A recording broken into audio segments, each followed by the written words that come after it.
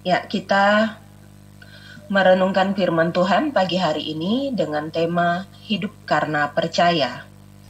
Ya, kita membuka dari 2 Korintus 5 ayat 7. Saya akan membacakan untuk kita semua.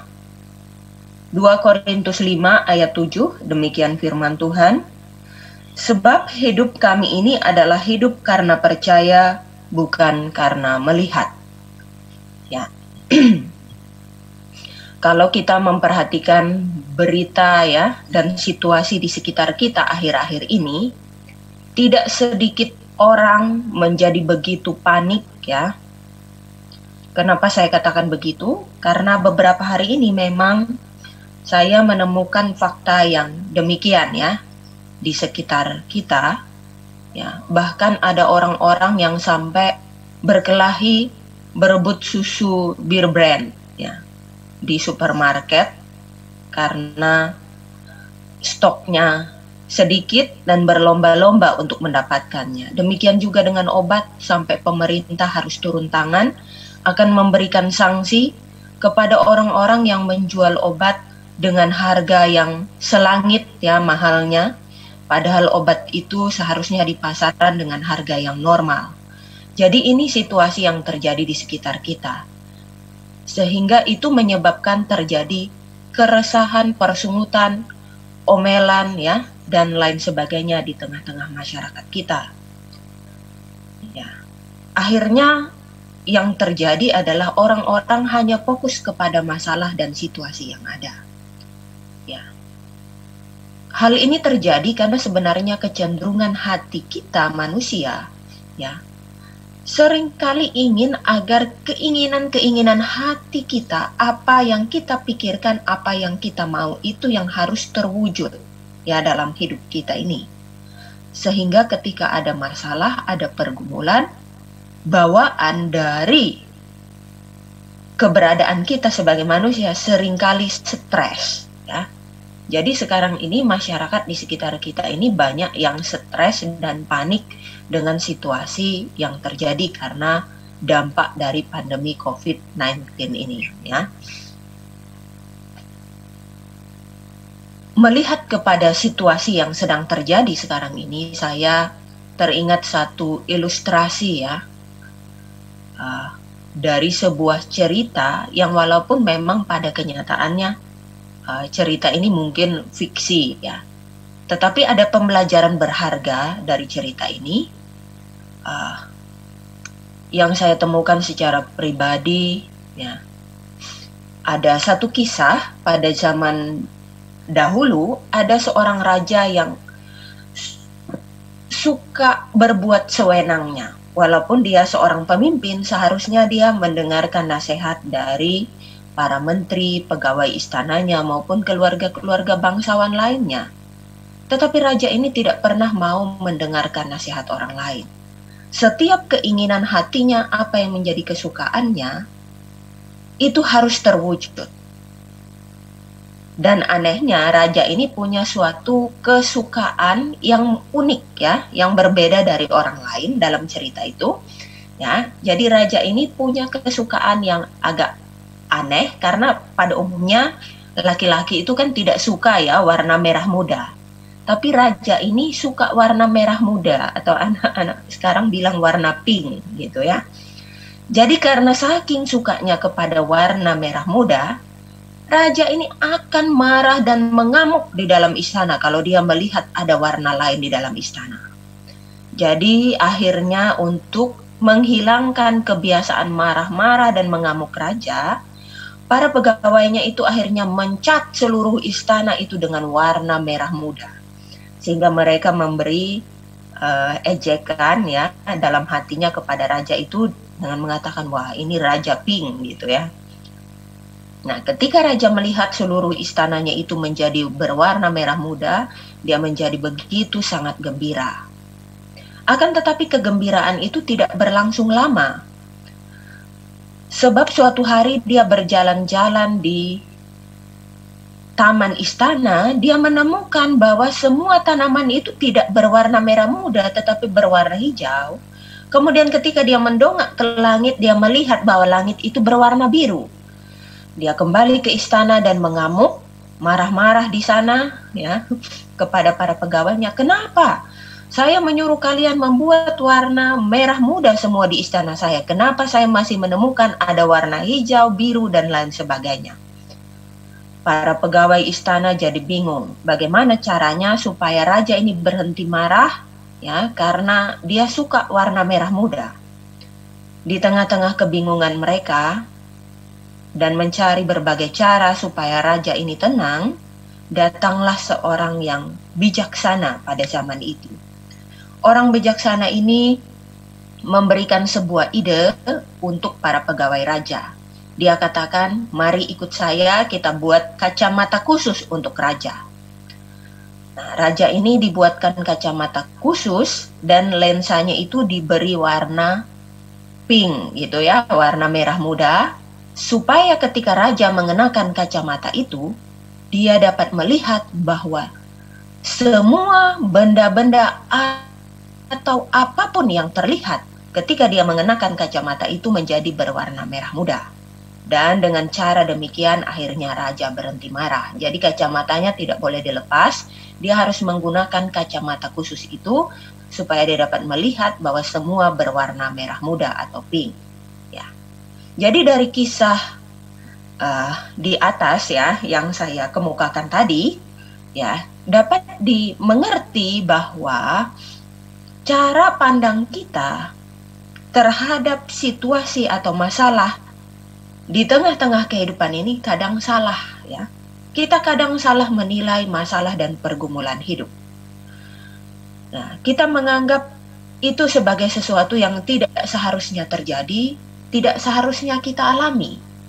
Karena mengapa tadi saya katakan kita kecenderungan ingin segala sesuatu itu baik-baik saja dan berjalan sesuai dengan apa yang menjadi keinginan hati kita.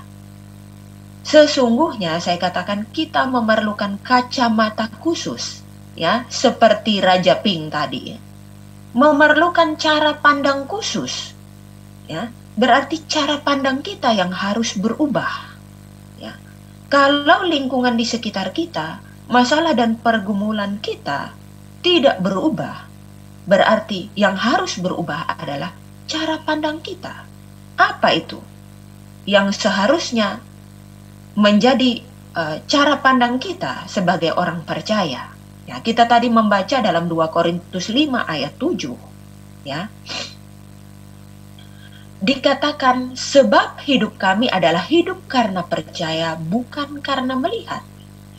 Bukan berarti Paulus menyuruh kita untuk tidak menggunakan mata jasmani kita untuk melihat.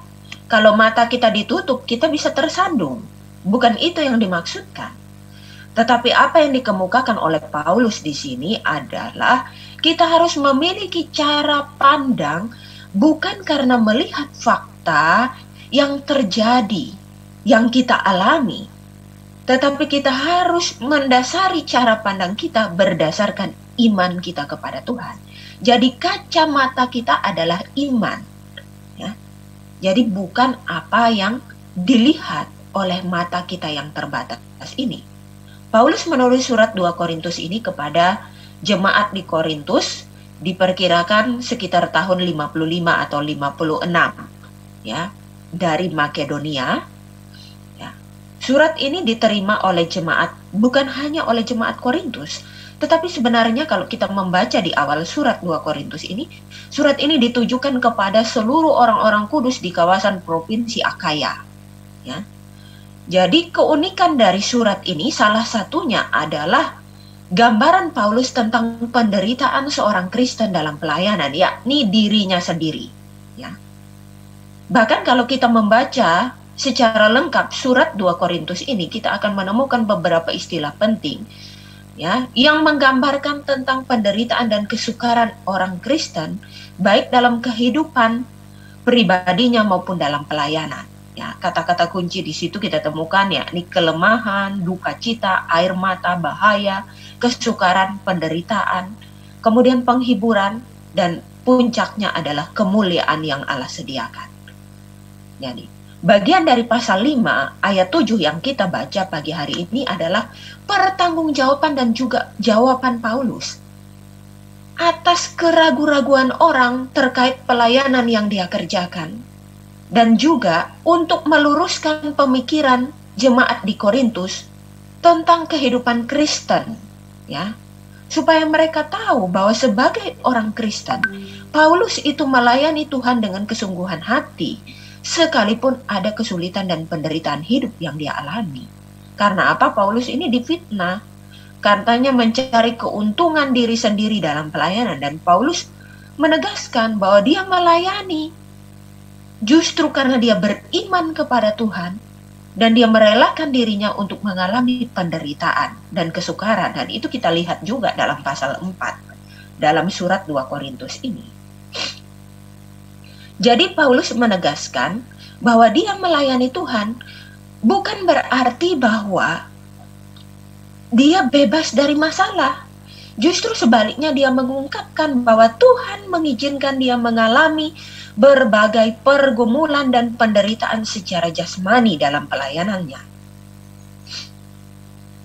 Meskipun menghadapi tantangan dan ujian yang demikian berat, Paulus katakan dalam 2 Korintus pasal 4 ayat 16, ya. Demikian, meskipun manusia lahiriah kami semakin merosot, namun manusia batiniah kami dari hari ke sehari itu diperbaharui. Itu yang Paulus katakan, ya. Jadi dibaharui dari hari ke sehari. Di tengah-tengah kesulitan dan penderitaan, Paulus melihat bahwa Tuhan itu berkarya. Jelas bahwa Paulus yakin benar bahwa penderitaan yang dialaminya itu jauh, ya, levelnya dibandingkan kemuliaan yang Tuhan sediakan kelak bagi dirinya maupun bagi orang-orang percaya yang bertahan di dalam mengiring Tuhan maupun di dalam pelayanan pekerjaan Tuhan. Dan hal ini dia tuliskan juga bukan hanya kepada jemaat di Korintus, tetapi dia menuliskan itu juga kepada jemaat di Roma. Dan itu dapat kita lihat dalam Roma pasal 8 ayat 18. Mungkin hari-hari ini ada banyak orang, bahkan tidak menutup kemungkinan orang Kristen akan berkata, itu kan levelnya Paulus, saya tidak selevel dengan Paulus. Paulus itu jauh level rohaninya dibandingkan saya. Jadi saya tidak bisa dibandingkan dengan Paulus. Paulus itu adalah seorang rasul yang hebat yang dipakai Tuhan pada zamannya. Ya, saya katakan, anggapan-anggapan tersebut, ya, yang mengatakan bahwa kita tidak bisa melakukan hal yang sama, ya, sekali lagi itu karena kita fokus kepada fakta yang terjadi di sekitar kita. Tidak dapat kita pungkiri bahwa memang natur keberdosaan itu telah membuat kita sibuk untuk terus melihat fakta atau kenyataan yang terjadi, yang kita alami. Dan itu akan membuat kita bimbang dan ragu-ragu dalam hidup ini. Dan ini bukan hal yang baru, bukan hal yang mengagetkan bagi kita. Alkitab pun menegaskan bahwa hal yang sama pun terjadi pada saat peristiwa kejatuhan manusia dalam Kejadian pasal 3. Di mana Adam dan Hawa itu terpengaruh oleh fakta yang mereka lihat dengan mata mereka. Ya.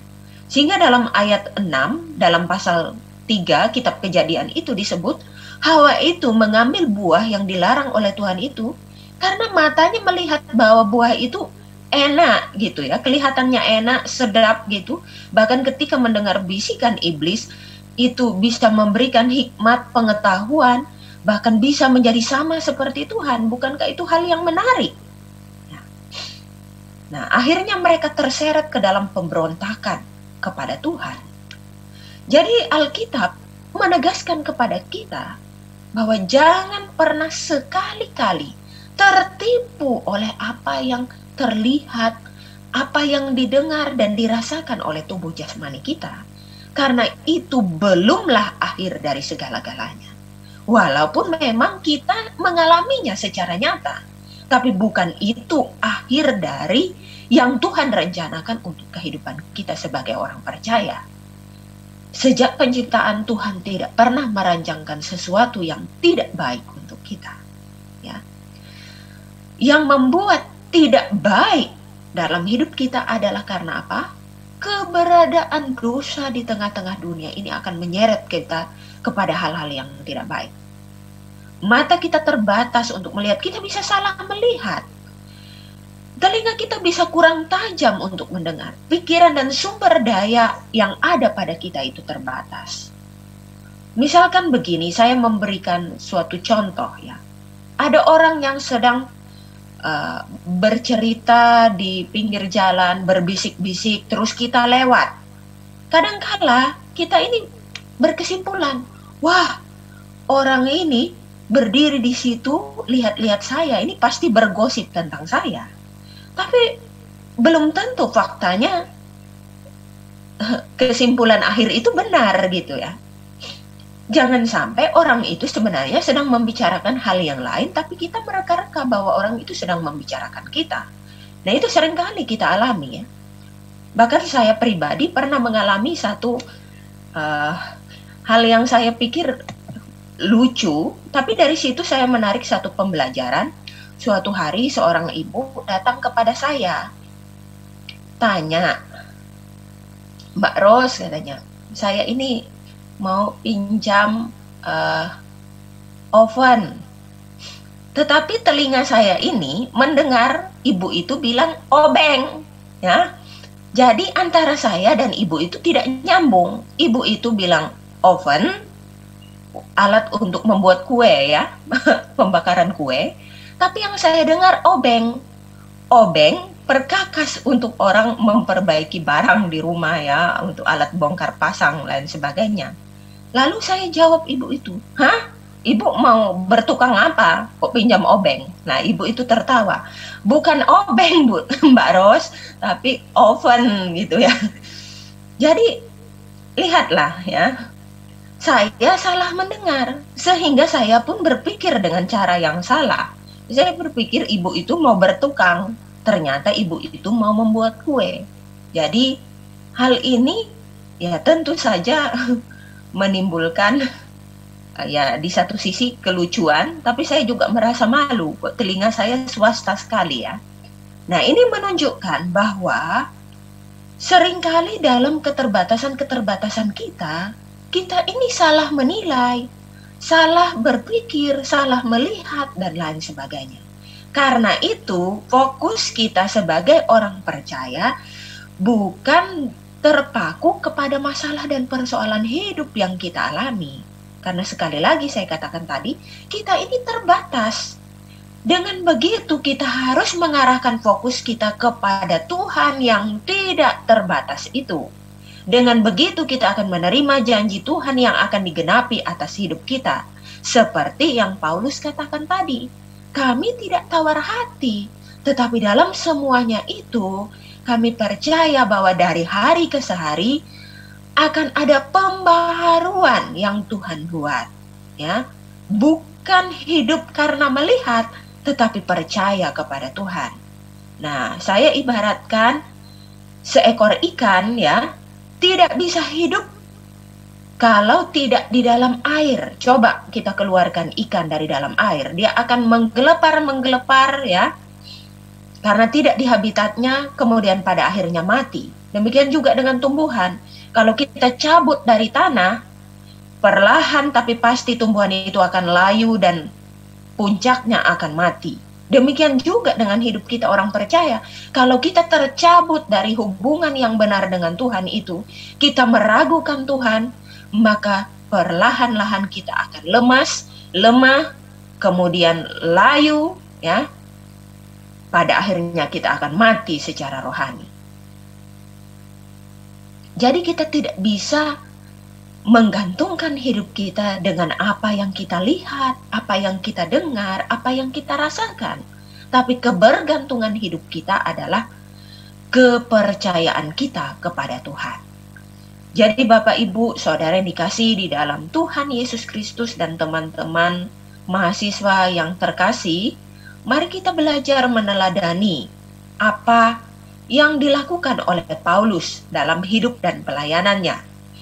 Yakni dia bersungguh-sungguh dalam imannya kepada Tuhan dan senantiasa berjalan bersama-sama dengan Tuhan. Sebab saya katakan sangatlah rugi jika kita tidak bersungguh-sungguh beriman kepada Tuhan. Karena dengan iman kita akan mampu melihat hal-hal yang tersembunyi, di balik persoalan hidup kita. Makanya kalau kita ingat ada lagu Pelangi Sehabis Hujan, ya. Jadi hari ini mungkin kita mengalami hujan, ya, karena persoalan dan masalah hidup. Tetapi setelah hujan, biasanya kalau musim penghujan itu selalu ada pelangi yang akan muncul. Dan kita melihat itu sebagai hal yang indah. Secara jasmani mungkin kita tidak melihat kehadiran Tuhan, ya. Tetapi sesungguhnya Tuhan Allah itu ada untuk kita. Dalam Ibrani pasal 11 ayat 6 dikatakan, tetapi tanpa iman tidak mungkin orang berkenan kepada Allah. Sebab barang siapa berpaling kepada Allah, ia harus percaya bahwa Allah ada. Dan bahwa Allah memberi upah kepada orang yang sungguh-sungguh mencari Dia. Jadi kita harus sungguh-sungguh dalam iman kita. Ya, kalau kita katakan kita orang Kristen yang beriman kepada Tuhan Yesus Kristus, maka kita harus percaya bahwa karya Yesus Kristus itu ada atas kita. Dia Allah Immanuel itu bersama-sama dengan kita. Demikian juga pemazmur katakan, dalam Mazmur 52 ayat 2 bagian A, hanya orang bebal saja yang berkata dalam hatinya bahwa Allah itu tidak ada. Jadi menurut Alkitab, orang itu bodoh kalau berkata Allah itu tidak ada. Kemudian adalah sebuah kegilaan kalau mengatakan bahwa Allah itu tidak berkarya. Jadi kita semua di sini adalah orang-orang yang normal, orang-orang yang waras gitu ya. Seperti Pak Teguh katakan kemarin dalam pengarahan untuk mahasiswa, kita ini waras gitu ya. Jadi punya pikiran yang sehat karena kita punya pengharapan, kepastian iman di dalam Tuhan Yesus Kristus. Jangan menjadi orang yang panik, seperti orang-orang di sekitar kita yang tidak punya pengharapan, sampai membelanjakan segala sesuatu tidak lagi dengan hikmat, berkelahi, bahkan membuat kerusuhan, ya, hanya untuk mendapatkan obat dan lain sebagainya.